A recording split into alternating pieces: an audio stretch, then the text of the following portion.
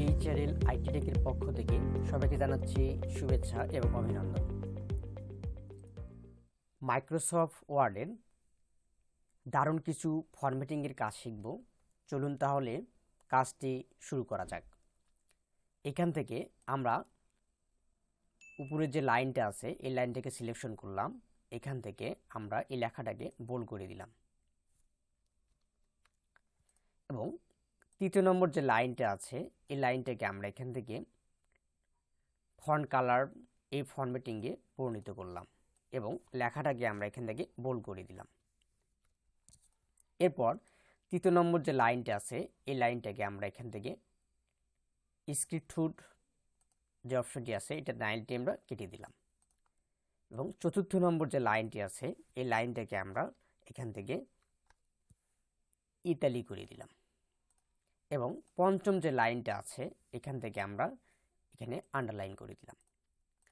আমরা কিন্তু এই ডকুমেন্টের ভিতরে অনেক রকম ফরম্যাটিংয়ে সাজানো হয়েছে, ফন্টগুলো অনেকগুলো ফরম্যাটিংয়ে সাজানো হয়েছে।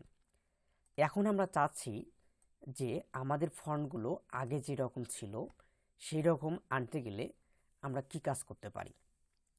এখানে আমরা যদি আগের মতো কাজ করতে যাই সেক্ষেত্রে আমাদের আবার লেখাগুলোকে সিলেক্ট করতে হবে এবং সিলেক্ট করার পর আমরা যেহেতু আন্ডারলাইন দিছিলাম, তারপর বোল্ড করছিলাম, ইতালি করছিলাম, তারপর ফন্ট কালার করছিলাম, এগুলো কালার করতে আমাদের অনেক আবার সময় চলে যাবে।